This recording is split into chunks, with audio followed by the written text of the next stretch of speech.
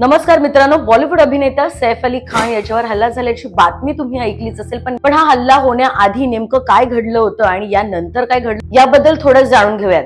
सैफ अली खान याच्या वांद्र्यातील घरावर त्याच्या घरामध्ये घुसून काही जणांनी हल्ला केला। चोरीसाठी केलेला हा प्रयत्न होता, पण त्यातून हल्ला झाल्याचं पोलीस तपासात एकंदरीत समोर आलंय। ही घटना मध्यरात्री 12:30च्या सुमारास घडली। सीसीटीव्ही फुटेज मधून चोरट्याचा फोटो समोर आलाय, जिन्यावरून 12व्या मजल्यावर चढून हा चोरटा घरात घुसला। घरात मोलकरणीने चोरट्याला पाहताच आरडाओरड केली आणि झोपेतून उठून बाहेर आलेल्या सैफवर चोरट्याने धारदार चाकूने 6 वार केले। त्यात 2 जखमा खोलवर असल्याची माहिती पोलीस तपासात समोर आली। चोरट्याने फक्त चोरीसाठी प्रयत्न केला होता की यामागे कुठला हत्येचा कट शिजला गेलाय हे आता पोलीस तपासात समोर येईल। पण एकंदरीतच सैफवर झालेल्या हल्ल्याच्या घटनेमुळे वांद्रे परिसरामध्ये भीतीचं वातावरण पाहायला मिळतंय।